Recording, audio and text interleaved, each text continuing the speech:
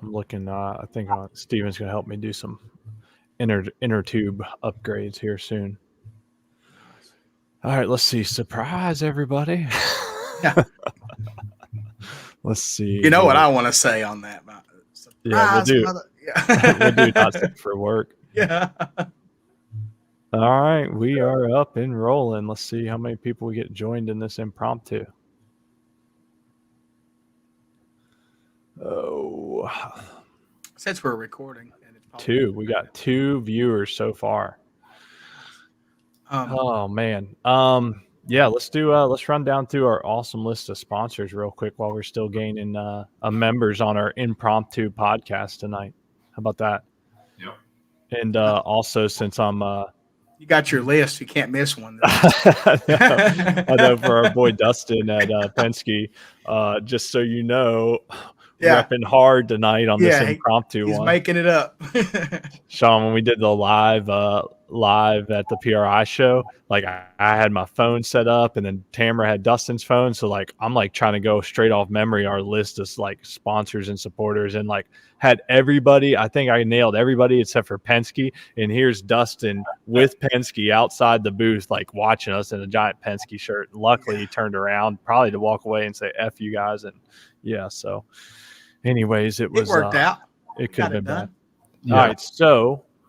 As always, thank you to our Patron drinkers, our Patreons, all y'all who subscribe.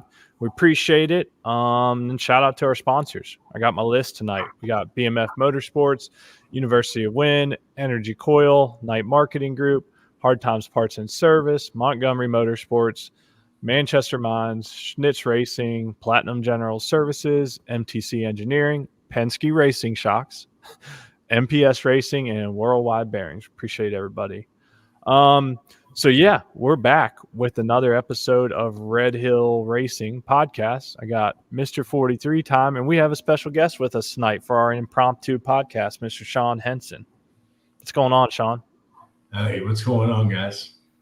Oh, just living the dream. So we were getting ready to do this interview with Sean, and he's like, so how does this work? When do we go live? And Dustin and I are like, bro, we're just going to record it and then, queue it up for tomorrow. And he was like, hold on, first off, not safe for work when y'all do hear the recording.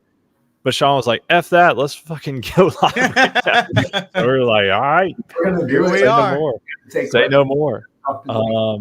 So yeah, anyways, yeah, we're, first off, I'm getting, this was, shout out to Sean for making us go live, because I got a text message from J2 at Full Spectrum Power. He said, holla live. So even though we did not alert anybody of this, we got people viewing and listening. So that's cool. And yeah. J2 might still be at the shop building batteries or something. Hey, that's my dude right there. I talked to him today. I'm like, I know who the man is at Full Spectrum. That's J2. right. That's right. Shout out to everybody, Jason and J2 at Full Spectrum Power, Charlie, Agnes, because look, they're the best batteries, hands down. Y'all need to be using those. And we don't even have them on our sponsor list yet. I'll work on that. Yeah. All right. So where's my comments? Can y'all see them? I don't see any comments. But man, it's nice to be hanging out with the boys. There's no doubt. That's right. Yeah, I know, right? It's going to be a long winter. Too far away, man. Too far away. April is too far away. Okay, there comes one. Yeah, Wesley, my boy Wesley, what is up? Dude, I am so pumped. This is like you're a repeat offender. You've been watching us. For those of y'all that don't know, Wesley is a badass car dude who throws some big money bracket races up at one of our favorite tracks, Maryland International Raceway. And he's always gracious enough to let us two-wheel trash come up and race for big money. We usually get in on that too. I need to get on. Dude, Wesley's the man. He puts on some good races, and he loves watching us two-wheelers go down, usually get our butts kicked, but he enjoys it. So thanks, man. We appreciate you tuning in. So yeah, as we said, this is live. So as you hear this recording tomorrow, next week, whenever you listen to it, we're going to try and shout out our comments that we get. Oh, he said, look out for some 460 action. Okay. Oh, snap. Right. Big money 460 at King of the Creek. That'd be cool. Man, did we just break the news here, Wesley? Is this breaking news? Yeah, sounds like breaking news. We might just jump Robbie and all them in the 460 Elite. We beat y'all to the punch. That'd be sick. damn it, man. Now I'm going to have to get on Mac's ass and see if I got a ride.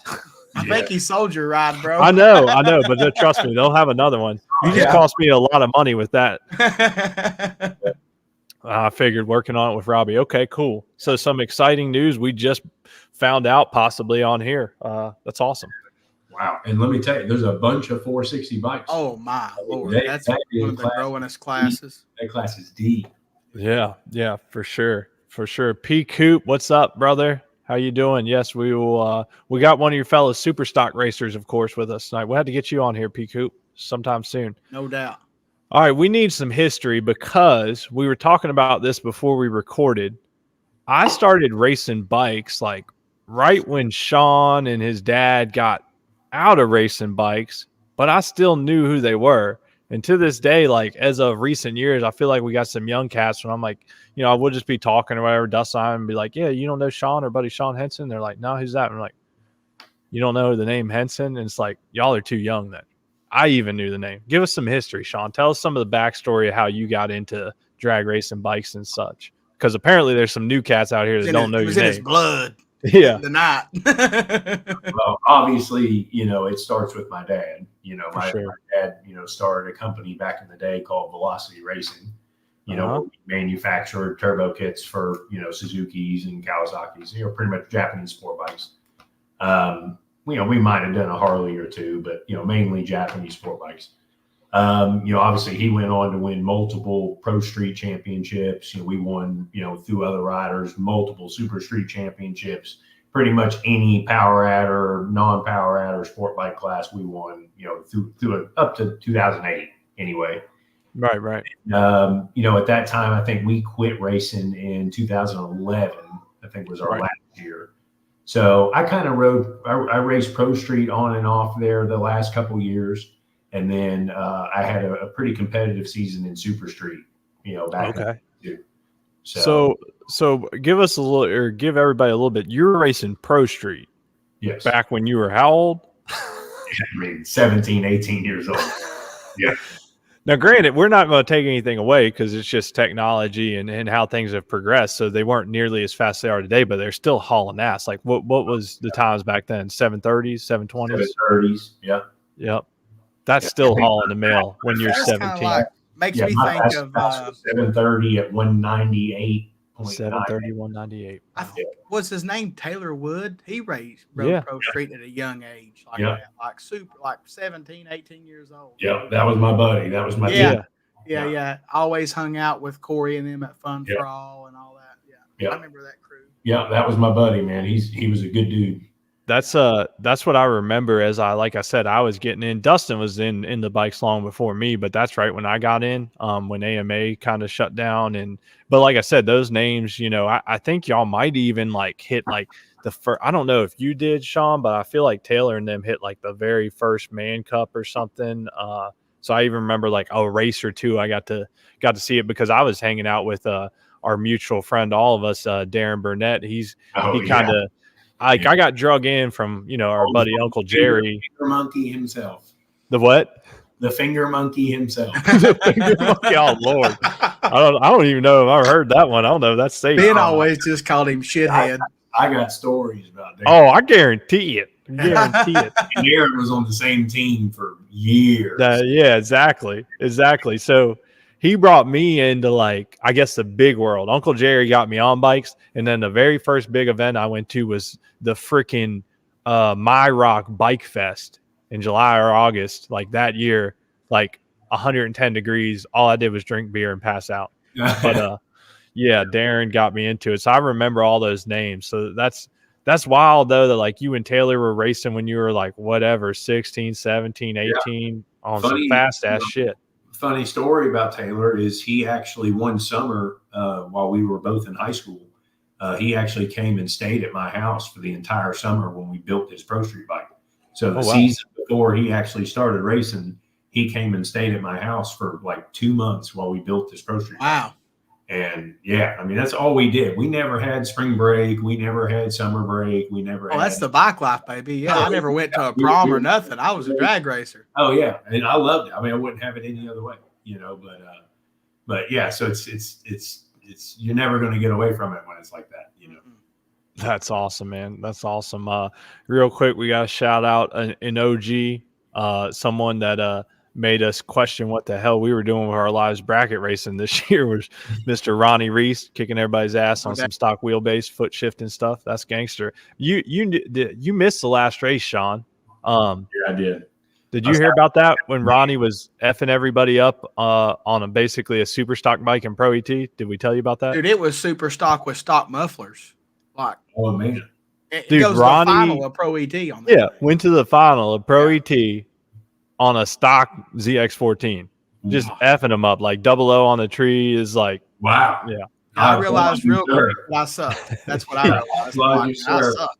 As somebody that goes out in round 2 with a Gen 2 ZX14, shit, you unused to riding that, and you'd be better off on your super stock bike for sure. And then we got, of course, Dustin. I think you missed it. I'm trying to gain back some good gracious. Sean put us on a last minute impromptu live, so I told them they'll verify it. I was like, I was just wearing whatever I was wearing because we weren't going to record, and I was like, man, let me go get a Penske on and try and redeem myself for my almost bad F up at a PRI show. Yeah. Of course, OG, of course. Ronnie said thanks guys for the shout out always. All right, so that's a little bit of back history, and then you took some time off when you and your dad kind of got away from it, right? Yeah. So I took several years off, and then I bought a bike probably 3 or 4 years later that I was just doing like some testing and tuning with, and had aspirations of maybe running real street, but didn't really have the budget for it yet. Yeah. So I actually ended up selling that thing, took a little more time off, and then that's when I actually took a run at building that real street bike. And I built that turbo bike. Yeah. So back then, when you quit, real street was actually real street. Like, it's not real street no more. It's baby pro street. Yeah, 100%. So, and also, I was kind of struggling with the purse, and, it's a lot of money, and it's you spend a lot on the bike to, not get a huge return. And, so I don't know, I'm almost considering going a grudge direction with the bike. I really haven't, considered which way I'm going now this time, but, that's kind of what made me decide to, sell the bike while it was fresh and new, and get some good money out of it.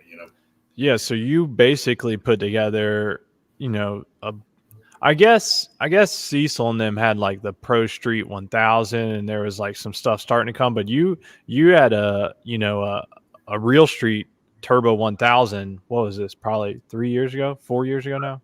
Yeah, about that you made or collaborated with a bunch of people, whoever. You can shout them out if you want, but I mean, just like got this badass Turbo Gixxer 1000, the new Gixxer together. Started testing, and then what, kind of like you said, we're just fighting with the idea of the purse, and then just the amount of time and money you're going to spend to get it ready. Yeah, it really wasn't that. I really had to go back to work. I just really didn't have any time for the bike. It sat in the shop, for months at a time, and it just, I just really didn't have any time for it. So I actually ended up selling the bike. I took another 2 or 3 years off, and then that's when I came back and started racing super stock with you guys. Yeah. So you've That's been the racing. type of motorcycle that you can just race. Yeah, you have to work on it. You just race it. That's the cool part. Garage. I show up, I can come stay with Ben. I can, I just put a clutch in it. That's your job. Yeah. That's it. Yeah. Exactly. So that bike is super easy to maintain. And when you're building a business and, working full time, that's, you got to have something that's easy, Yeah, for sure. And that's one of those things too that, look, dude, I don't think you could have chose a harder class to race. I mean, no doubt. Super stock is the rider's class. This guy for sure. And then I picked the hardest combination to try and race. I mean, cable clutch, dry clutch, have you? It might as well be in the valve cover. Yeah. Oh yeah. And then, and then it's all, fly by wire. Yep. Yeah, so it's like you pin the throttle, but that doesn't necessarily mean that you're pinned. It's like, hold up, give me a minute. Now I can go. Exactly. So, luckily, Woolwich, however you say it, Woolwich, makes software now where we can manipulate that. Yeah. But that's definitely been the hard part with that 1000 is power management. Yeah, but it also goes to show just, I've told you plenty of times, and Dustin knows this. Like Dustin, by the way, for those that just think, Dustin's old biscuit and gravy, this mofo can ride. I'm just telling y'all, he can ride his ass off. Dustin can, as a big man. I can't ride. I would say I'm an average rider. I'll tell everybody that. I'm average rider, good racer. Now I'm a good racer, right? But that's racing, and that's different from riding. There's very few that are both, but man, that just goes to show not only what you're interested in accepting a challenge. Like we know you like challenges, building, a turbo Gixxer real street bike and then just jumping back into super stock. Like you like a challenge. So that's, you got the rider part down. Ronnie Reese just pretty much nailed it. He said he walked up to give props to the rider on the GSXR and super stock. And then he realized it was Sean. And he took it back and said, "Now I know why."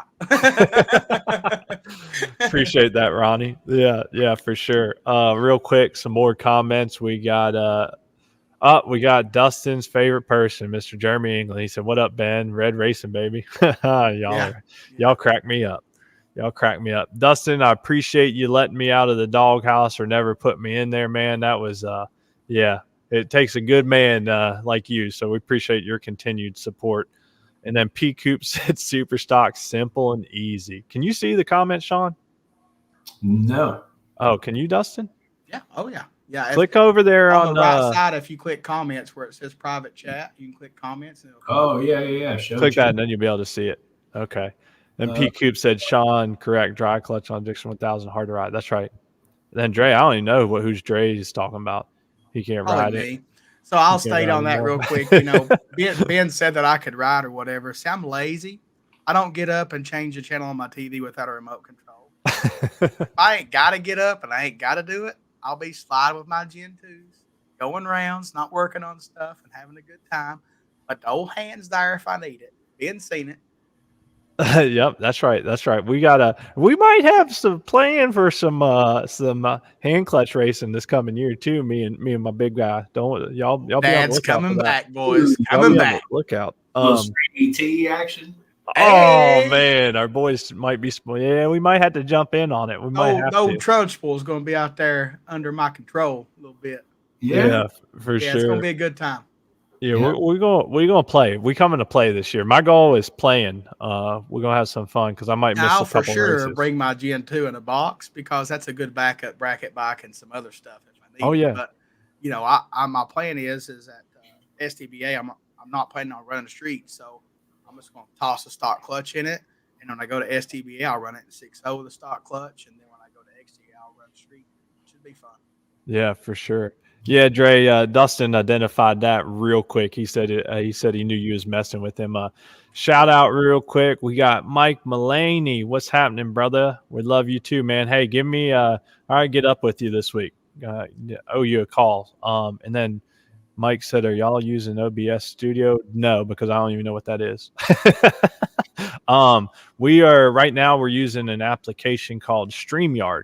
It's actually it works great. You just got to pay for it. Yeah, we pay for it. It's a website that you basically log in and it kind of redirects and streams from there. So it seems so far it's worked pretty good. And then we got Stevie Best. What's up, man? Appreciate you tuning in.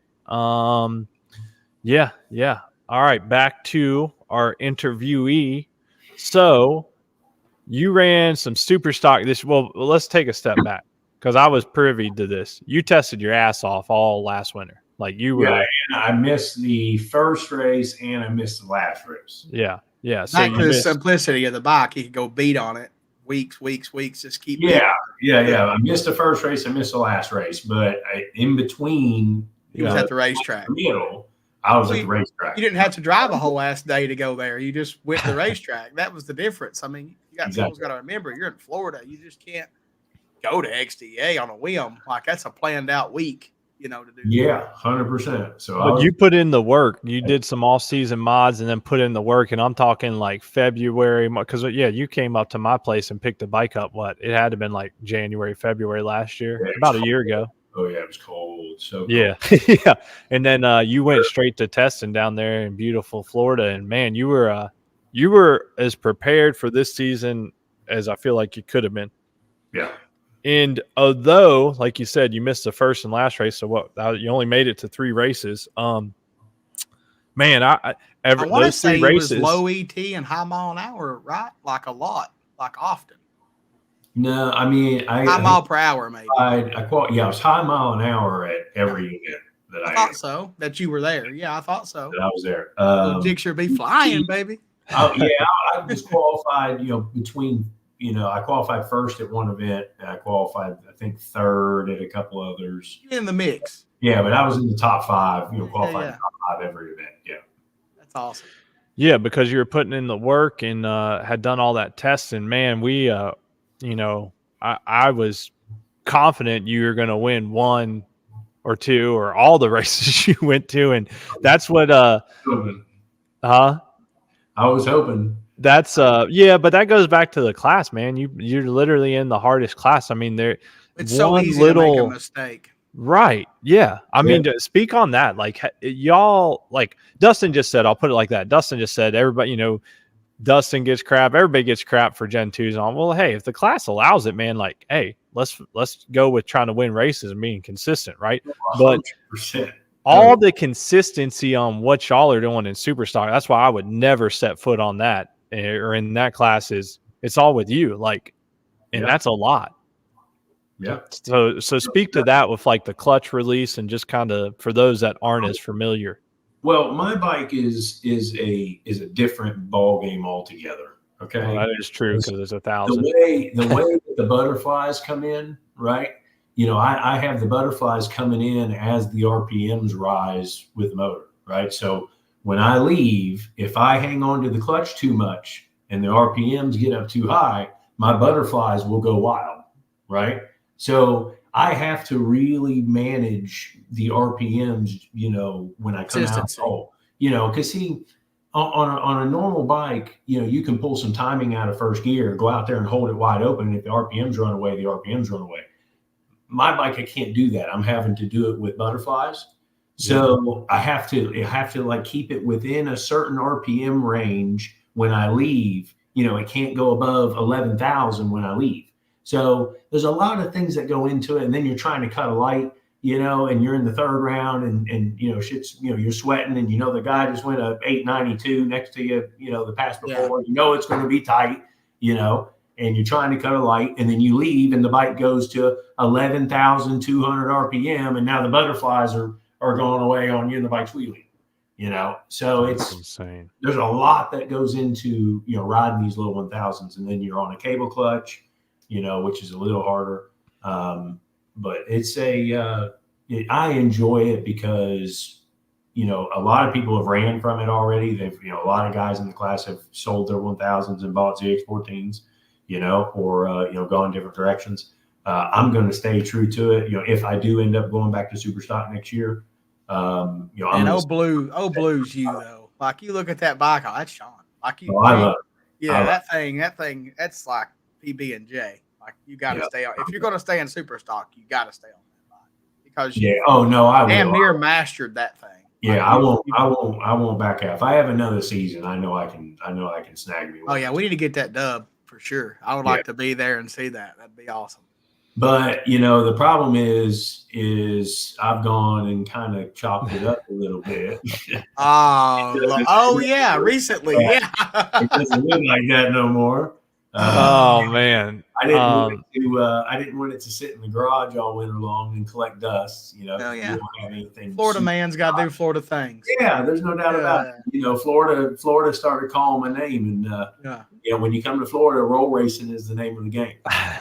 So tell everybody what you got going on as of like the last couple weeks, and what your current a rendition of your Gixxer is, because you've had a couple and all, but tell them what you got going on there. Yeah. So I called my boy Ben up and I said, hey man, I need a slick deal on a Montgomery Motorsports carbon fiber tank.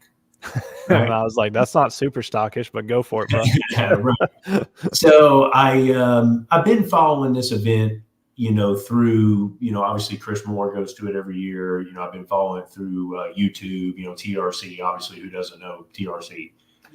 Racing channel. It's a big deal. That event. Yeah, it's a big deal. It's a big event. They do it once a year. It's an annual thing. They're trying to build it up and make it like 2K. Or like the World Cup. It's like exactly. It's Florida and roll race that level yet, but that's what they're aspiring for it to be. Yeah. And so I've been following it for a couple of years, and I actually went to it last year. I didn't compete, but I just went and showed up and watched, and because I didn't really have anything at that time, I just had my little Superstop bike. So I have a roll race bike that I'm currently building that I'm in the middle of wiring. It's a turbo bike. It's purpose built for roll racing. 360 pounds, 400 horsepower. Going to be a bad boy roll race bike. So no kidding. It's just not ready yet. So I wanted to make this event this year. Okay. And I just didn't, I knew I had a shot at it, and I never would have expected to win the event. But, spoiler alert. I never would have expected to win the event, but we were going to throw something together, what I thought was going to be a good outfit for what I had. So I ordered some parts, got a carbon tank, got some other carbon goodies, from Montgomery. And basically took all of my old nitro stuff that I had from my old Real Street bike and laid it on there. And, I've on my 17 1000, I mean, it lived for a good while on 100 shot, and this is, news to anybody who's thinking about spraying their 17 and up 1000. If you're doing 8th mile, light quarter mile stuff, they live on 100 shot for a good little bit. For 1000, those things are the most like a Busa. They're stout. 1000. They're tough, man. They're tough. You do an 80 shot, you can spray an 80 shot to it, no problem. I mean, they love it. So they'd love it. Well, excuse my ignorance. I really thought you went out there with a lightened up super stock bike and was just trashing people. I did not know that. No. I got a little giggle juice, man. Come on. I know it. That makes a lot more sense to me. Yeah. So I ran me a little jet in there. So I ran a single 38 jet into the airbox, and that bad boy made 230. Good thing you didn't call Spencer on the jet size. There wouldn't have been one. So we tuned it. I did all the proper electronics. And yeah. But so go ahead. Well, I was just gonna say, I mean, 230 is good, but it's also not like out of this world. Yeah, that's not like unheard of. Those things make what, like one with a dry shot. I mean, that's all it is. It's a 50 shot probably. Yeah, that's it. So it's a mix. I didn't want to change the fuel map too much, so all I did was I split the MR12 with a little bit of C25. I split it 50-50 with C25, and so it makes 230 on the button. And I'm still foot shifting it because it's got the quick shifter. Yeah, and ain't no big deal. I measured the wheelbase because I wanted to tell you guys what it was. I measured it in the garage about 2 hours ago. It's 59 3/4 inch wheelbase. Okay. Pop a second, grab the button. Hold on. Grab second, grab the button. Yeah, baby. Let it go. And she's a little hot rod, So I'm actually surprised your fuel choice. I would have thought you would have just dumped like MRX02 in it or something. Yeah, I'll just be honest with you. I had a thing of C25. Oh yeah. I'm like, let's just make a spicy little mix. And that was the most Wes Brown thing I ever heard in my life. Right there. well, it was Johnny Turbo approved. Okay. Oh, okay. Johnny approved.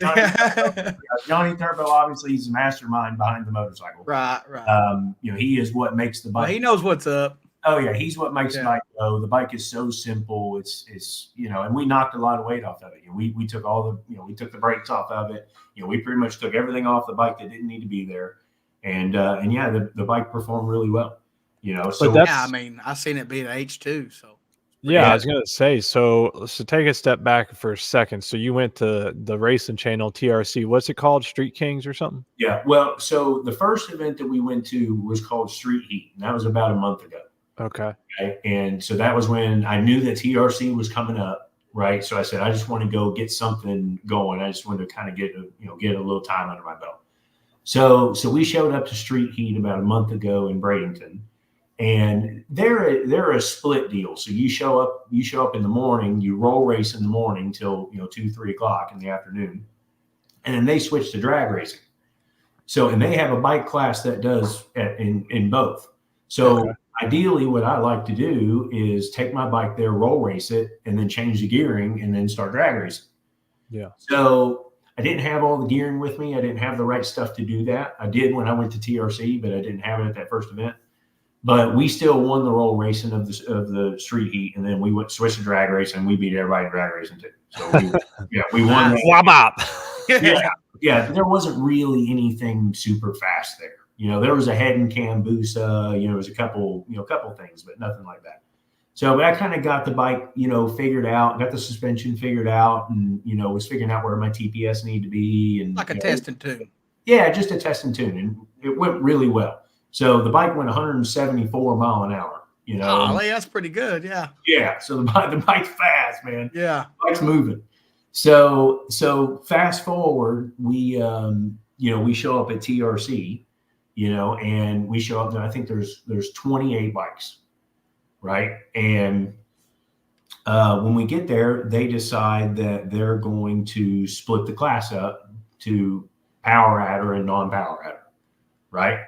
And then at the end, I don't know why they did this. I pretty much, just said, hey, you guys make the rules. I'm just going to win till they hand me a check. And that's it. I'm not going to, I just want to get in and get out. So you tell, I said, it doesn't matter if there's 28 bikes or if we split them up, you're going to have to race a Turbo Busa. It doesn't matter. You're going to have to race them now, or you're going to have to race them in the third round. It's going to happen. Right. So let's get it out of the way. So they ended up splitting up the class, and I think there ended up being 11 power adder bikes, and then there ended up being like 17, NA bikes, right? And for some reason at the end, they wanted the NA bike, the winner of the NA class, to run the winner of the power adder class. Which makes no sense. It'll be a gap ties. Yeah, but that's what they wanted to do, and I'm like, hey, that's fine. I'm good with it. Yeah. So we go up, and first round, everybody's drawing chips and, and all that stuff. And then this is when, the drama happened with Chris Moore and George Cross. That was at that time. So they drew chips, and, that drama happened or whatever. And then they went out and did all that. Which is funny. Side note real quick. Like, I knew you were down there racing that weekend, right? Because you text me, we were talking the week before, and then me and Dustin are at PRI, right? And then I'd also seen where, like, I didn't really put two and two together, right? Like, Chris was going down, doing some roll racing stuff down in Florida. I'd even seen like some stuff from George, like seeing all the stuff. I don't know. I guess it's just because I had so much shit going on, trying to get ready for a PRI show. I just didn't really put two and two together. Like, hey, you're going to the same event with all them guys. I was like, and then like just getting the recap from you afterwards, I was cracking up. It was hilarious. It was a good time, man. There was, and I'll be honest with you, I didn't know anybody. Like when we pulled up in the staging lanes, like me and Chris were sitting next to each other, talking to each other, because that's really the only person that I knew. I mean, obviously I like Chris and I'm, cordial with Chris. Yeah, he's been on here. No, he's a great guy, but so he's literally the only person that I knew in those staging lanes was Chris. That's it. Everybody else was a new face to me. I didn't know. So how did the rest of the race go? Any close rounds? How many rounds did you end up having to run? So I raced two H2s back to back somehow. I got lucky. When I was in the staging lanes, I remember I was standing with Johnny Turbo, and I said, man, I want to draw some of these H2s. I want to see how fast they are. I'm genuinely interested. They're fast bikes for sure. Yeah, there's no doubt. I said, look, I know I'm going to struggle with a Turbo Boost. I said, let me get on some of these H2s. Let me try one of these little Kawasaki snacks. Yeah, no doubt. So I drew one. The first round, the guy just really, I think it was his first time roll racing, and he just really didn't understand, how to keep up with pace and that sort of stuff. So it was a pretty easy round, honestly. That one went by pretty easy. Now, the second round, I drew a pretty fast bike. So there's a guy down here, I think his name is Eric, and he owns a shop called Proven Power down here in the Tampa area. And that's what they do is they build H2s. Oh, okay. And he's got a bad boy H2, and it's fast. And he was trying to catch me. He wanted to. That thing was moving down track. But, yeah, it looked like he was catching you, but he ran out of real estate. Yeah, he did. He ran out of real estate. But at the 8th, I had about 5 bites on it. Oh yeah, you were out. You had the reaction time of the whatever you set the pace deal and take off. You was like, got to go. See. Yeah. Well, a lot of people are looking at the other person. You know, you got to understand what roll racing is. The left lane sets the pace, right? But when you get to the Christmas tree, you go. It doesn't matter if the guy in the left lane goes. It doesn't matter if the guy in the right lane goes. You go when you get to the tree. And then the other thing is, if you don't like the start, you don't go. Yeah. That's the other thing. If you chase, it's a race, kind of. You chase down to there. You liked it. You liked it enough to go. So that's kind of where the gray area is there. Oh, yeah. That's what keeps it fun, though, right? Well, there's no doubt. And my whole thing is I'm not going to let somebody get me.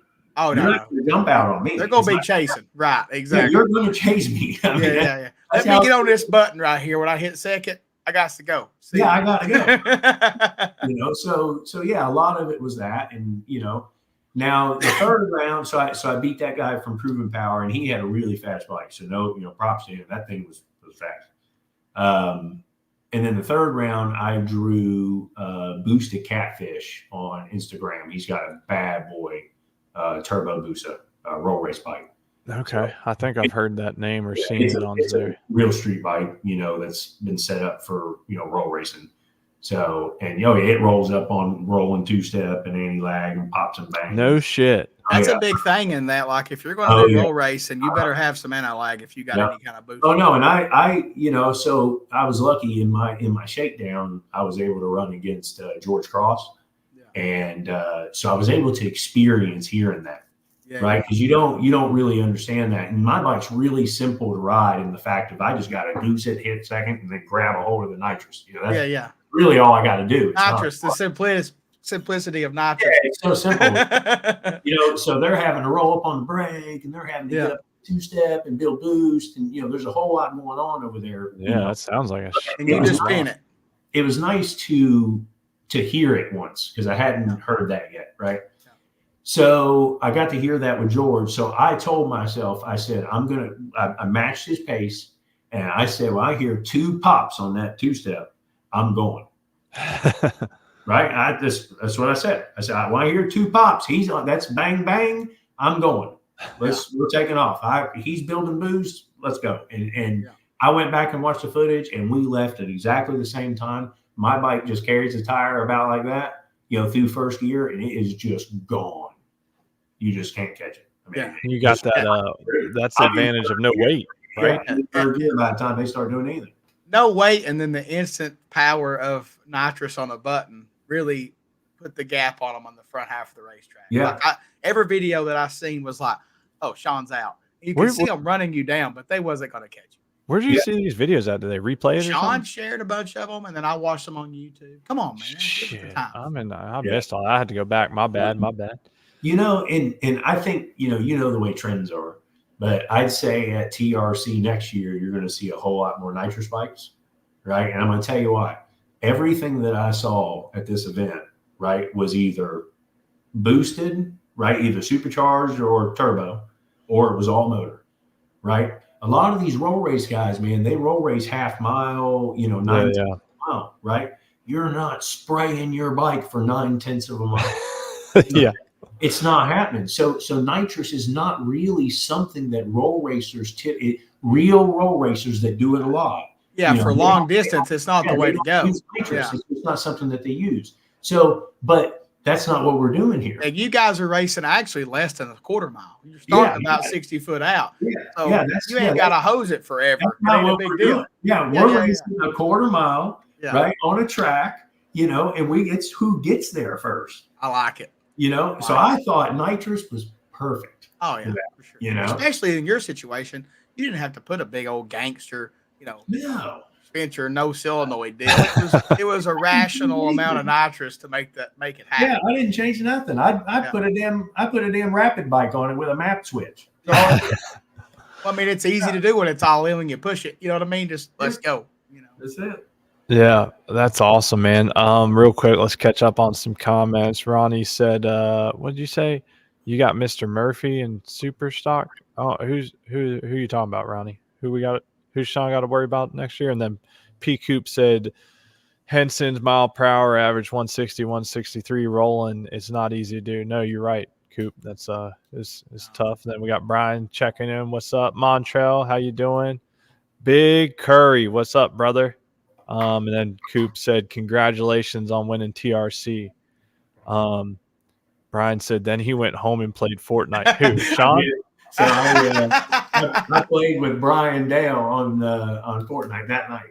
I've never played Fortnite. I have no idea nothing about it. Well, it was an early night, man. We were done by like we took off and went to Skyline Chili and got all loaded up and then came home. I love me some Skyline. Ronnie said it was Ed Murphy. Oh, Ed Murphy. Yeah. Well, hey, we be up for the challenge. We think we'll try it. You know, we love racing, Ronnie. I know Ed Murphy. Yeah. Sean knows Ed. So Ed's coming to play in Super Stock with you, riding one of your bikes, Ronnie. That'll be cool. Yeah, be good to have Ed back out. Man, hey, that sounds like we're gonna have some battles going on there. So yeah, Sean, so are you gonna run Super Stock next year? Hold on. Let's finish up so you ran Boosted Catfish. Okay, let's finish this up. And then what was the finals? Was that the finals? Yeah, Boosted Catfish was the finals. Oh, okay. So yeah, and he, man, he did good, man. I'm gonna tell you, he raced Johnny Turbo in the first round, and he had a killer bike all day. He really did. That the bike was fast. He's got a killer setup. So he was trying. I feel like that an H2 would be. I feel like an H2 would be a better application for that kind of racing over a turbo bike because they are instant power. You know what I mean? Yeah, but I think they're heavy. Oh, for sure. Yeah, they're not light. No, it'd be hard to get. That's where you come out on them because you had a super lightweight.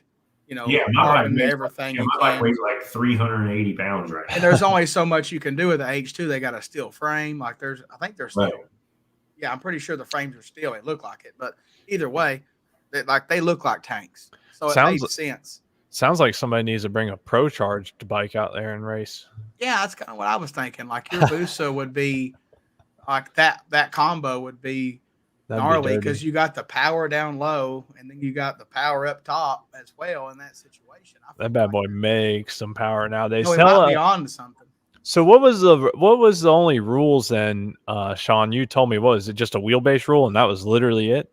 Correct. Yeah, it was just street tire and a 64-inch maximum wheelbase.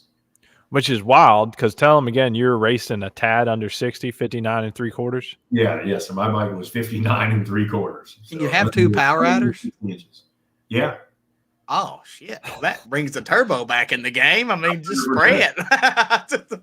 Luckily, we probably don't have too many roll racers watching Red Hill Racing podcast. I mean, the little wheels are turning over here. Like, how can you make it faster? No, this has me excited. Like, if nothing else, I would like to go. Yeah, to watch. It's probably going to be on PRI weekend, is what it sounds like. So there was a bunch of fans. A lot of people probably was like me when I seen that Chris was down there testing and stuff. I initially thought that he was going to do the roll race deal and then shoot over toward the Kings of Grudge.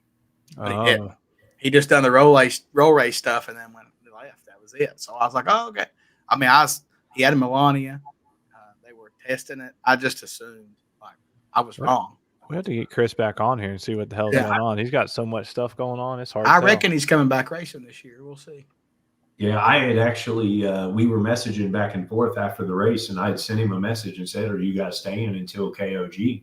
And he never responded. So I guess I didn't know if they just didn't know or what. Well, I think that little KOG drama a few years back at that same race where they booted him out of the class or whatever is probably still a little bit of a lingering. Oh man, I forgot about that. Yeah, I mean, I get it.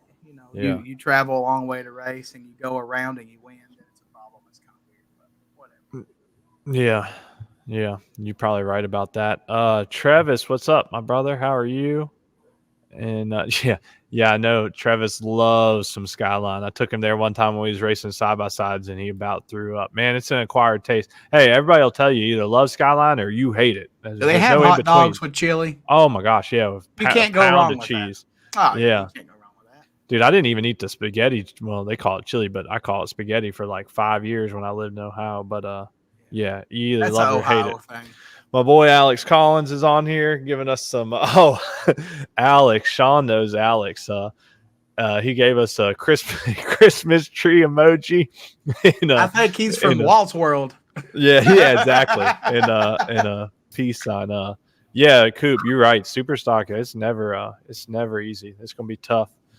It's going to be really easy, Mr. Cooper. Ronnie, y'all talking some shit. Let's see what he was. Yeah, Dustin said, yep, he wasn't there. Don, what's up, Don? And then we That's even my got Uncle Don. Yeah, Uncle Don. Then we got Dustin's brother Corey. What's up, everybody? Thank y'all for joining us impromptu live. So Sean, Coop said, ask. So now that you kind of have a hybrid bike, what's your plans? Are you going to run super stock next year? Well, I got to kind of figure out what direction we're going with it. So we have a couple of other options, as far as a real street bike for next year. Yeah.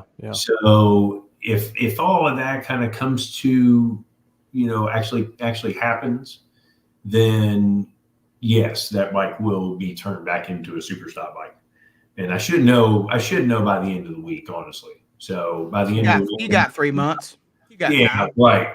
But my heart wants to turn the bike into a motorbike, So I want to mix a little nitro and make some steam. Man, I mean, those things are nasty. Like I've got people with stock motors with nitro and auto trans that is like 770s. Like no stock motor. Now I'm very thankful that I got the ability to tune their clutch, and they do have really gnarly 60 foots. But those combos just like they work well. Like if they're almost like a boost on the clutch side. Like it's a lot easier than like a ZX14 or something, or the older Gixxers that don't make no power. Those GSXRs are probably my favorite of all GSXRs for sure. Yeah. Oh, there's without a doubt. They're just tough, which is uncommon for a GSXR. They don't blow up all the time, and they make great power, and they're light. It's a hell of a deal. So you're saying we need to get Wes a new Gixxer? Man, I mean, yeah. I mean, well, no, Wes could blow anything up. So I don't really know if that would fix his problems. Wes has been doing good, man. When I put that Max on his bike, it really did fix a lot of his failures. And, the old ECU editor deal, I think sometimes it just didn't pull timing and things wasn't the way it was supposed to be, and it would nuke it. Move your mic a hair up. You're like Mine? you're like a little in and out. On record, officially, I really want to turn it into an all-motor real street bike. Yeah, so I think that's more than likely what you're going to see me on next year. Will be that Gen 2, baby. Be throwing it away. Little blue all-motor Gen 2. Yeah, I like it with a gangster Johnny Turbo thugged out motor in it. I like it. That would be awesome, man. I had so much fun riding Ralphie's all-motor bike that Shane Stubbs and Michael Goney kind of collaborate on. That thing, whew, man, I could have bracket raced that bad boy. That thing was consistent. It was right up my alley. Just throw and go. Man, that thing was smooth. I had so much. It didn't even seem fair. I'll tell anybody that. It did not seem fair, especially coming from, for someone that done 3 combos in the class, nitrous, Pro Charger, and then all motor. So you've been at the tough part of it where you got to really ride the motorcycle versus just, let me pull some timing out and that wheel will go away. I will. You talking about, but you just said the 3 combos. Well, the 1 combo was back in the ancient days. It was so underpowered too. It wasn't ECU even that. Editor. Yeah, it was the fact that everybody was still running piggybacks. The only person at the time that had a standalone was our buddy Puff Puff. Old Jason Heron had the original Holly on his nitrous Busa, but nobody had them. You had a wet kit of nitrous that leaked fuel in your airbox rigged up. And I even think there might have been JB Weld in there. Yeah. Man, look, I feel so bad because I put that thing together on and I'm talking shoestring budget, real bad. And I was trying to bait foot pegs. Yeah, dude, it was haggard, right? But I was trying my best and I wanted to do it. And then I put Darren on it for like the first event, and I did not have the bugs worked out. And like, I felt like a complete jackass because not only was it like, I just made Darren look bad, and it forever haunted me because, and Darren's always got the cleanest and nicest stuff. And I literally put him on a ragged out piece of shit with like 2 giant random nitrous kits. He had to hit 17 different buttons, bro. I'm telling you, that's what was crazy too, is when I did ride it. Now I am proud of this. I am proud. I got it running. I think I went 8. I know I went 820s, maybe 18s. I can't remember. 20s for sure. And I didn't have any spare motors or nothing. I could not blow that thing up. But at the very last race of the year, it was Man Cup at South Georgia. I think that's finally when I just started laying into that wet kit, because that was my second kit. And I'm telling you what, it was like trying to control that thing. I think I was only 64 inches, had like the dry shot coming on the progression, still shifting it. Still with a button out of the clutch. And then it was like grabbing an override for the wet kit. It was like doing 18 different things. And I'm telling y'all what, that was back when Roger, Starrett, and JT were they're really top of the class. And they were running 770s. I think the record was 770 something. I raced Roger in a time run or a qualifier, and I'm telling y'all, I was with him to the 8th. I'm saying, like, if he went 150 to the 8th, I went 147 or 148, and then that piece of shit did not shift. I did not have enough kill time. I later found out and probably messed something up, but that was like the highlight of that combination error, is that I was running with the top dogs to the 8th. You realized that you could do it. Because you done went through the hardest part of the run was the front half, right? Oh, yeah. But to go 100 and I don't remember exactly. It was between 146 and 148, and Roger and JT were running like anywhere from 148 to 152. And I remember, because Roger was cool, man. He was helping me out too, because he's like, man, this guy doesn't know what the hell he's doing. And he's not a threat to me, but he was always super helpful. And like, I remember after that going up and talk to him, and we were talking about kill time. He's like, no, man, he was laughing at me. He's like, no, you don't have enough. And like I said, that was back when. Yeah, you're driving to the clutch probably some with all that power. And then also it's that much power is pulling so hard, you got to unload it longer to get it. Yeah, and going through piggybacks and all that shit. And I can't even remember if you could kill ignition. It was just a lot. But anyways, we got lucky you never blew up. Really? Well, I don't think I really used the second kit until like the last race, maybe the last 2 races. Last 2 races for sure. But yeah, let's see here. Brian's saying he's regretting life decisions. Coop says, come back to Superstock, Brian. Yeah, Brian. Yeah, bring it on. That's easy. You don't have to do a whole lot to the bike. Ronnie said, love it, Sean. Yeah. Well, so hopefully we see Sean some more in Superstock this year. Brian's smart. He'd go back to Superstock instead of playing in Top Gas with me. Oh, there we go. A little shit talk.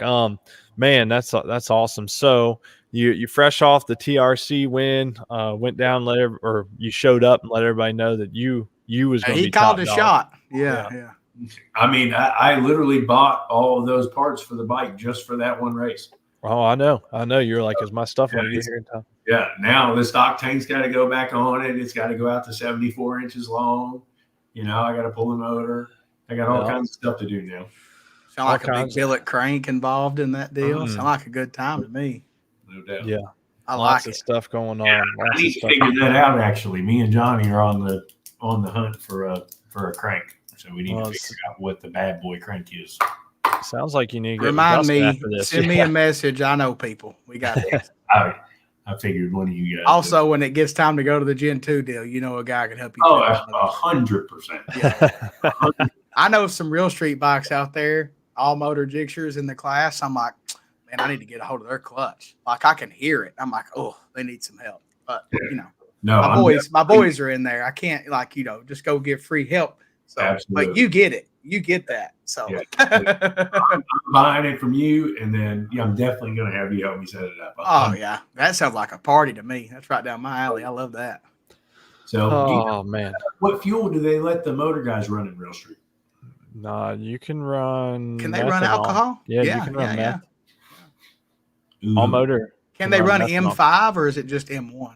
There's specific gravity. The M5 likes to party, you know. I'm pretty sure it's specific gravity. So I mean, you know, that's with whatever you can.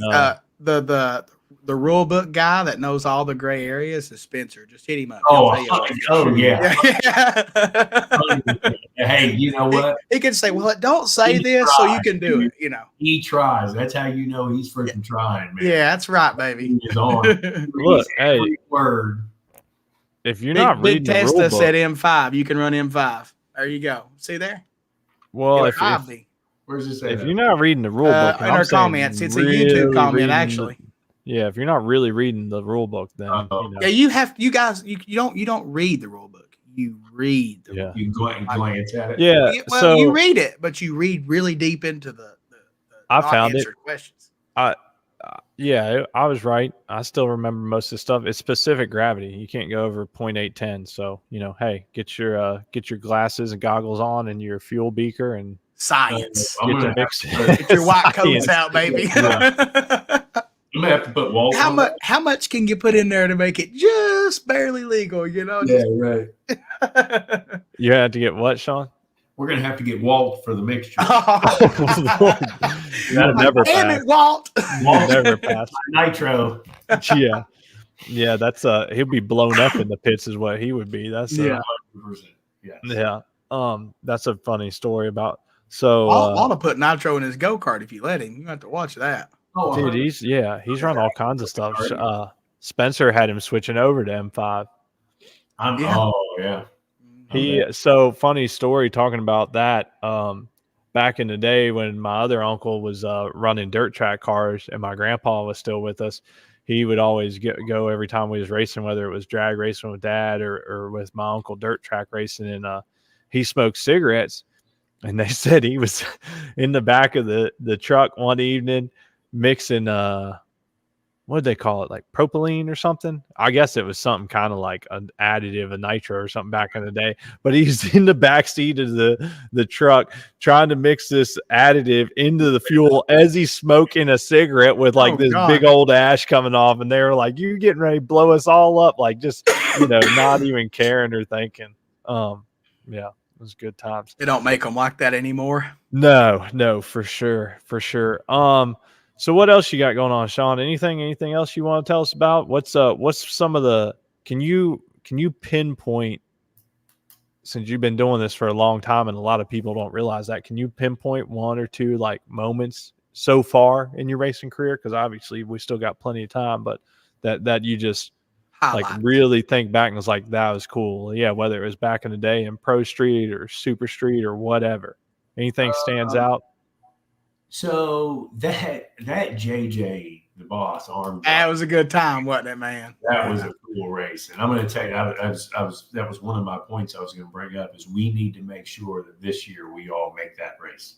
Yeah. See, you know what really sucked is a friend of mine had a wedding, and I was entered in that fucking race. There's no doubt, and I would have went there, and then Wes crashed, and it was just a mess. Yeah, I had a baby that same time. Yeah, for sure. Yeah. Sean was coming up too. Them boys. Look, I'll tell you right now, if they come back next year, I'll be there. Like, okay. I feel like that race, I could have won that race because I know who was there. I know who won. I feel like truly that I've been down that racetrack more than any other than Wes, probably the same. I would have got down that track fast. Only problem with me there is stopping. Like, it's hard to stop my big self. See, you get me all scared already if there's trouble stopping somewhere. So what, you went to one of the arm drops and had a lot of fun? Oh yeah, we was at Crossville. That was the weekend Spencer crashed at Manco. Oh Lord. Yeah. Me, Sean, Wes, man, there was Mike Studebaker, the Landers from Texas. Man. I've lost Nathan some money. Hollingsworth. Yes, we are, so funny story, not funny. Not funny. But, so we're in the pits. We're all shooting shit in the pits. AJ crashed. Yeah, man. We're hanging out, shooting shit. And we are kind of like, our shoulders are kind of like parallel with the lights, right? And we hear somebody just go by the lights and just never let plug another gear. And Crossville short too, by the way. Oh, and the scoreboards off the end of Crossville. And the scoreboards are at least 60 foot past the finish line. And AJ passed the scoreboards and plugged another gear. I had tools in my hand changing a nitrous bottle. I said, he's crashing. I dropped the tools and jumped on my scooter. I was the first person. 100%. We knew it before he came off the Oh, my Lord. There was no way he was stopping. I'm like, there's no way. I kind of remember hearing that. What happened? When I got down there, he grabbed brakes and low-sided, and it kind of like the gravel pit was like a hump, and it compressed itself, and he hit that. He was all wadded up, grunting. When I got down there, the bike was still running on its side. We turned all of that stuff off. He didn't want to go to the hospital. I made Andrew Ritchie take him to the hospital with my truck. I said, take him to the ER. He had a tore aorta. Like, he was going to die. Like, yeah, it was. Like, I woke up the next morning and my truck was sitting out there, and Richie come out. I'm like, what's up? And he told me, I'm like, bro, like, I've never saved nobody's life before, but I feel like I saved his life. Like, I was like, he didn't want to go. He's like, I ain't going. I said, you're going. Like, get in my truck. Take my truck and go. And what sucks, dude, is, man, they showed up with like 2 beautiful, like new built, like car. Oh yeah, AJ just built them. Like, they were like, one of them, the bike that he crashed had like less than 100 miles on it. It was brand new. Yeah. Oh, they were beautiful. They ended up camping out at the UT hospital in the parking lot, frying buggers, and got in trouble. You know how us racers are. But really? Yeah, he ended up being all right, and he pulled through it. You know AJ now, AJ Hunter. He's fine, but it was scary at the moment. And then the next day, Spencer crashed. I'm like, Jesus, this is a bad weekend. It was rough. Yeah, but that was an awesome event. Like, we had a great time. Like, it was fun. Yeah. Yeah, so I got to witness the twin turbo GSX-R 1000 in person. Oh yeah, how was that? Man, that thing is cool, man. It's cool, and it's nasty. I'm very impressed. I didn't think it was going to be as fast as it is. Man, I watched it with my own eyes go 655 at like 217. That's ridiculous. That's fast. I mean, that's faster than a lot of pro street bikes. Oh yeah, it could compete in the A-class pro street, and it's a stock rail. Like, it has a stock gas tank. He's sitting on a seat. Yeah, I know. He's on a seat. I mean, I don't even know. I don't think there's probably not even rules being broken for pro street with that. Maybe wheelbase, because it ain't short. It's got an extra turbo. Can you not have two? No, I mean, no, it's got. Okay. I mean, it's got a rules. The millimeter. You could probably have 2 small ones, maybe. Yeah. I don't know. I don't. Jason probably don't even want to have that brain hurt of trying to figure out that. I don't know. Yeah, it would have to be 2 tinies. It's going to raise questions now. I mean, it works. Well, like, I understand like the fact that 2 turbos make more power than 1, but I do also feel like that they could put a single turbo setup on that bike and not use all the power that it has early on in the run. You know what I'm saying? Like, I don't know. Like, that thing's impressive though, for sure. It's outside my pay grade, y'all. I don't know. Yeah, I'm not a turbo guy at all. I want to be. I'm like y'all though. It's impressive. Hats off to HTP and Cecil and his whole crew, because not only does it obviously run, and I mean like quick, right? It's not like they got 100 laps on it. They pretty quickly got that thing way up to speed. But dude, it's clean. Like, they are pumping out some clean. I'm a sucker for some blue, and that thing's right down my alley. It is nice, and the fit and finish is unbelievable. There's no doubt about it. And I'm going to tell you, he rides the crap out of them things, man. Yeah. I mean, a lot of varieties too. Dude, that bike is wheeling through the 1,000 foot, and he's just hanging on to it. It's unbelievable. I mean, to be honest, he rides the shit out of it. Is the 2 hyper boosters or whatever, those things are like out of control. Like, they're wheeling it at the finish line. His legs is flying. I'm like, oh Lord, like, this is going to be the bike to take Chris out. Like, it's out of control. Oh yeah. But I also remember Chris riding wheelies at 1,000 foot on a ZX14 in Real Street years ago. That's exactly what I was going to say. I was exactly going to say, like, the wheelbase when Jeremy and Roger and that's what Chris was running. One of their bikes were running with them at the same time. Like, when JT effed up the rules so bad, because that's what happened. They kept shortening. I mean, he was crossing the finish line on the back wheel. Dude, 62 inches running like, that's when the 200 mile per hour run happened. Is like, because JT it went wheeled like across the beam and then set the tire down. Yeah. 100%. But hey, like 62 inches. Like I was riding at 64 back in the day. Hell, I'd love to ride one now. Spencer won't let me ride his. He said I can't handle the power. I gotta say this. So I'll never forget when I heard what Crow said after Jeremy set the record again at the short wheelbase. He said, "Take another inch, bitch." That's what he said. That is the most gangster thing ever, to look at the person that writes the rules and tell them that. Like, I'm like, oof. Yeah, he's gonna. Yeah, he probably did. Yeah, he did. He probably did. That was cool. That's really, I feel like there was.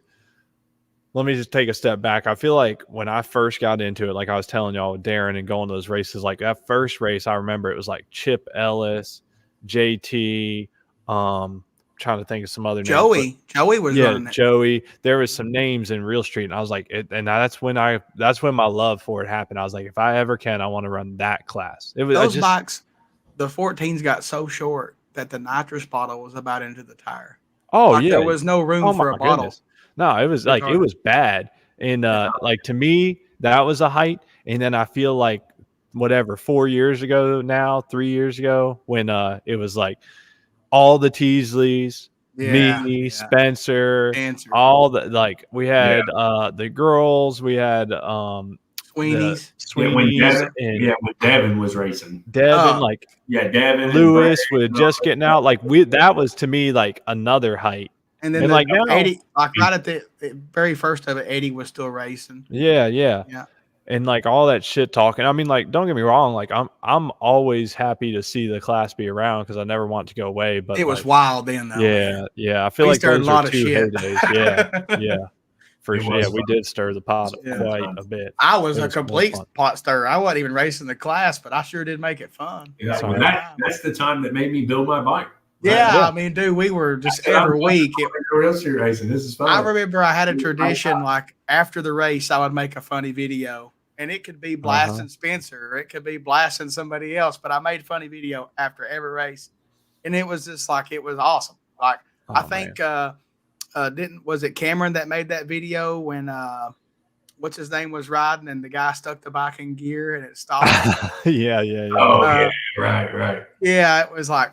It was just hilarious. Yeah, man. It was Lewis, right? It was Devin. It was Devin. Devin Doe. Yeah, that's it. Devin was riding it. Dude put it. Yeah, that shit was hilarious. Yeah, the guy was kind of in the grudge world, so he was just used to sticking them in gear, and he went, it killed it. He looked over and he attached like a clip from Kevin Hart on there, and it was just I can't say the word, but it was hilarious. Oh man, good times. Yeah, I miss that. But hey, we as much as I hate losing the money I did at the last race, we did have some fun at that last one with Ricky and Spencer, trying to bring some excitement back. Look, Jason, you need to just put us on payroll. Look, we'll amp it up. Oh, we can hype it. Yeah, I don't care if people get mad at me or not. We can roll. Yeah, we can hype the class back up. Yeah, so for sure. Well, I got to get my stuff together, and I got to get me a little motor thrown together fast. That's what I've got to do. And it's got to be a fast motor. Yeah, for sure. Touché. For sure. All right, y'all got anything else? Y'all want to wrap this up since we want to go live? We went live. We made it happen, baby. Our man said, "Let's go live and see what we got." Okay. No, real quick, we're gonna do a giveaway. That's right. We're gonna do a giveaway. You can't screen share. Remember we tried. That's right. We can't screen share. You know what? We're gonna do it different. We're gonna do it different tonight. Let Sean pick a number. Yes, you're gonna pick a number, and the number has to be between 3 and 92. Any number between 3 and 92. Go.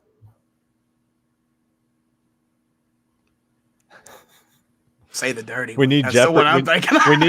We need like what's this? Oh, we need a Jeopardy noise. The sound for the final Jeopardy. It's just for a gift certificate. One of our subscribers will win. It's not life or death. Pick one, Sean.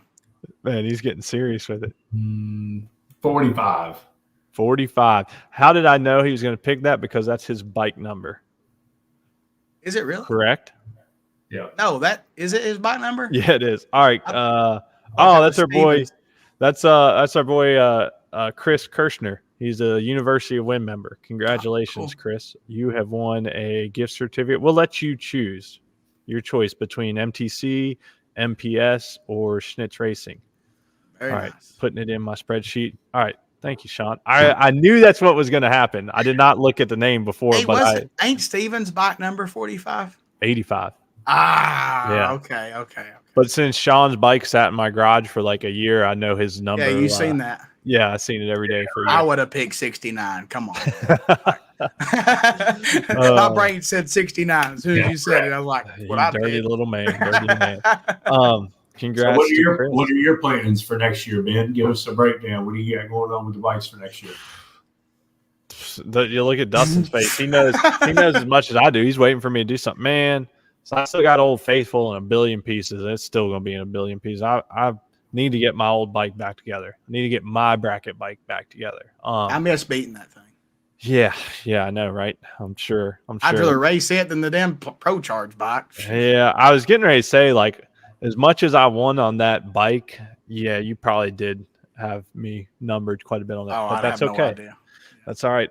So I don't know, man. I need to get that back together, but I know I won't. It's just I don't have I'll buy parts every month, you know. Like I already got a swing arm from Dustin. I have had my forks for a while. I've got little knickknacks. I got Patty wax. Give a dog a bone. Yeah. When Schnitz got a big order of the Wasner blocks in a couple months ago, I got a block from Schnitz. So I'm gathering parts, but I think what I'm going to do is get the blower bike behind me just freshened up and ready to run some Top Sportsman. You know, I was talking with Dustin. I think we're going to turn it up some, you know, so just because shake and bake, baby. Yeah, I got a better handle on the tune-up, so maybe go a little faster in Top Sportsman, and then probably work on Steven's bike a little bit. Get the nitrous working, do some upgrades to it, but it's kind of low key. It sounds like though I need to find me a 460 ride for King of the Creek though. Sounds like you need to just have Tom Grooms because he said he'll come up and put it together. Pick that thing up, put it together for you. Yeah. Tom, it would be put together right. I'm just saying. It wouldn't hurt my feelings. It'd probably be the cleanest bike I've ever had. The problem with that, Tom, is I'm still missing quite a few parts. So he knows where to buy them from. Yeah. Well, that's true. I'll just have to get my line of credit right with Hard Times and everybody else. That's right. So yeah, that's I don't know, man. You know, we got some life things happening, so just gonna race when we can. Dustin and I got the school going on. Gonna try and do some cool things with the school this year. We got a good group of members. We got 40 some members now. So just trying to keep things rolling for them, try and gain some members and see if we can't get some more people winning. But I don't know, just have fun. I just want to hang out with y'all. That's my big thing. I just want to have fun. Part. Have fun with my homies. Quick memory. We're all hanging out, storming like crazy at Maryland, like it did seem like every time this year. And the canopy collapses and shakes the whole trailer. And we're like, what was that?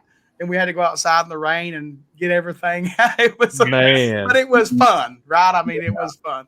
Yeah. Oh yeah, we were in my trailer. Yeah. We were in your I was trailer. eating your the dehydrated Skittles or whatever the hell they Skittles? Yeah. What were those Skittles? Air froze or something. Skittles. Freeze dried. Freeze dried. That's it. Dried. Yeah. They were fire, man. That was the first time I ever had them right there. Yeah. They we were had awesome. them space Skittles. Can you guys find them? Yeah, they're here. Yeah, we got them at like Weigels and stuff. Yeah. Oh, what? Yeah. Our local Tamara, there's people at her work that does it at home and brings them to her. Yeah. Oh man. Yeah, homemade ones. They do sprees and Skittles and all kinds of stuff. Yeah, that's wild. Never heard of that. Yeah, Good we have some fun at the track, so that's all I'm worried about, man. Yeah, you just we'll just plan it and see when we can all get together. That's all I care. Yeah, man, we need to talk to Jason about bringing XDA to a Florida track.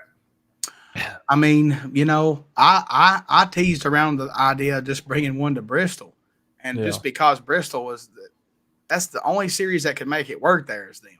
Like XDA would make it work, and what a facility for it. But it just, he you know, it just shot me down. The thing about that though, Sean, is that you start getting out of like, especially down where you are, you get a lot of delay box racers and stuff, you know, in the bracket side. I mean, like you get a lot of people that run delay boxes, and since Jason doesn't, I don't. But I'm not opposed to him having like 1 year, like not even a points race, just like an XDA, an invitational. You know, and just go south and try it. Yeah, Gainesville. I mean, I love Gainesville. All the way down here. Go to Gainesville. Yeah. Even Mount Augusta. Let's try. I'll tell you one of my favorite tracks that was kind of in the good area for racing was Atlanta. Like it's gone now, but I love that track. Even though it's not in Florida, Atlanta was one of my favorite racetracks of all. And because it was a nice facility. The track was nice. Yeah. And it was kind of central. But now that it's gone, you know, like there's not a whole lot of those good tracks that can handle XDA.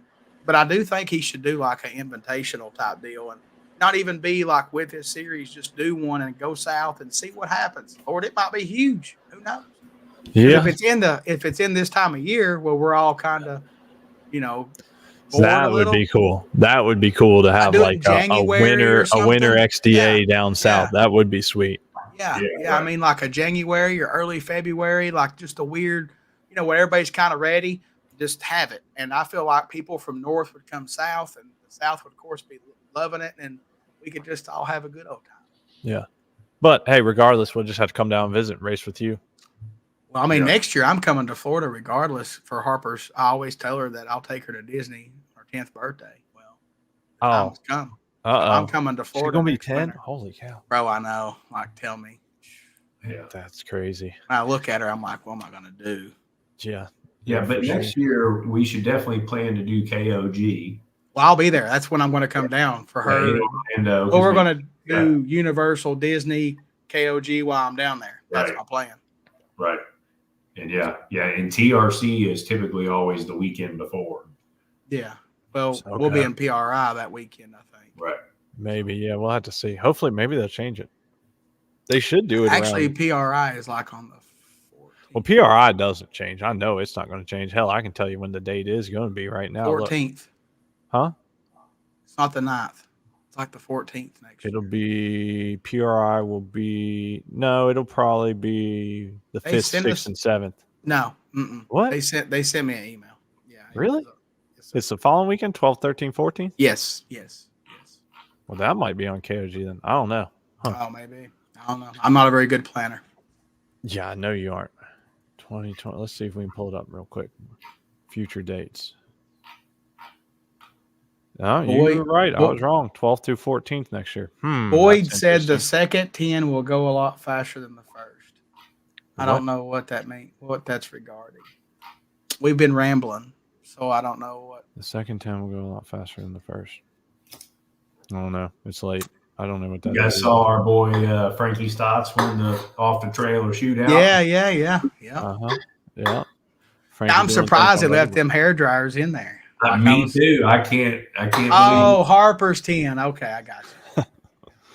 Yeah, but I was surprised when I seen him in there. I'm like, wow, they let the turbo in. Like, what has changed? Yeah. Because before it was like a sin if they mentioned that, like it was not allowed. Yeah. So. Well, he tried to. So they said that they tried to enter the high noon. Yeah. Category there at another shootout, and they wouldn't let him enter the high noon. Well, he was in another class, and later on it like stalled and it left or something. I've seen that. Yes, So like in the actual hair blower class. Yeah. That was it. I seen it stall when he threw the lever. Yeah. Right. Yeah. Turbo stuff. I don't understand that. That is one thing that I've wanted to do for a while though. Is a little boosted grudge bike. Yeah.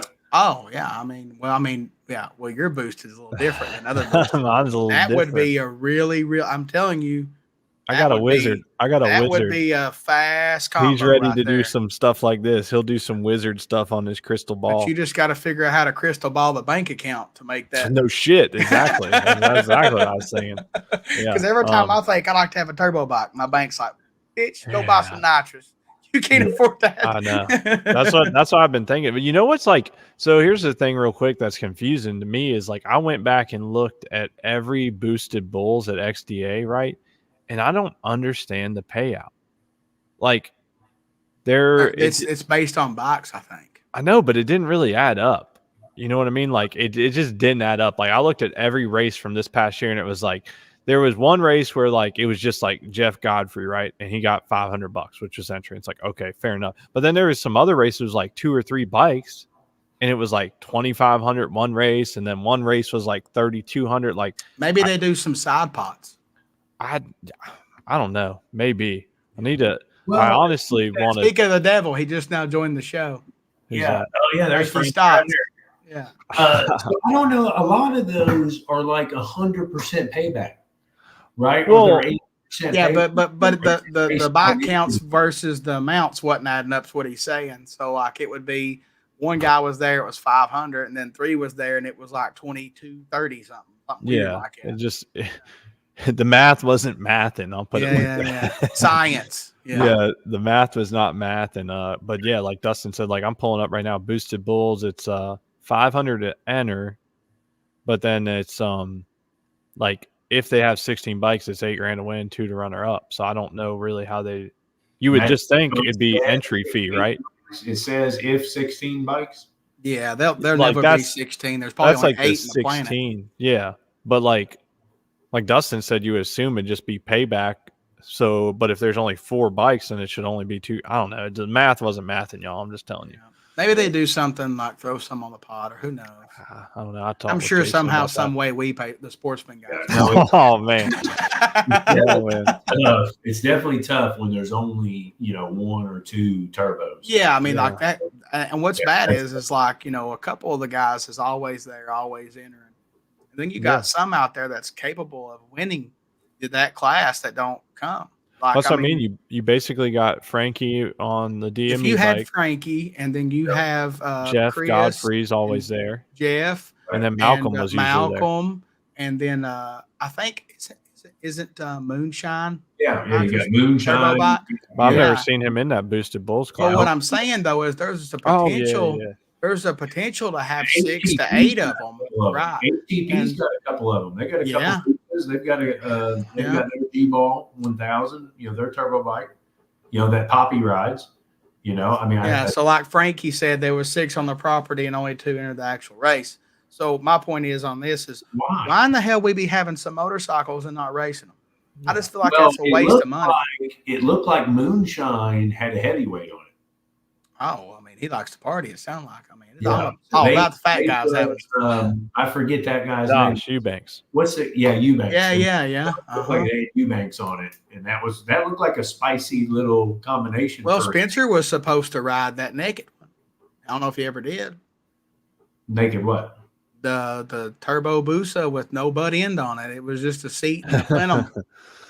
Yeah. Oh, the Williford one? Not well, it's like it, but it wasn't. Was it Dalai Lama or what? No, Dalai Lama.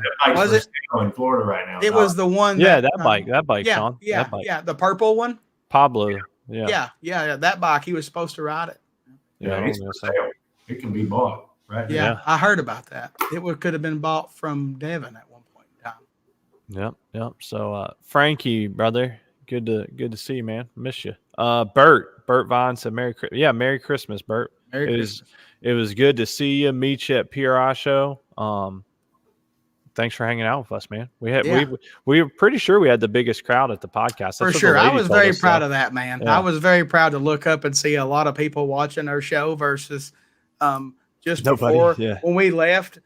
Farm Truck and Asian was in there, and we were leaving. There was nobody watching the show, so I was like, "Well, look at us." Well, and like they were doing one, like it was kind of like an NHRA one, wasn't it? Like Brian Loans or something, and then like Ida from Sweden was in there.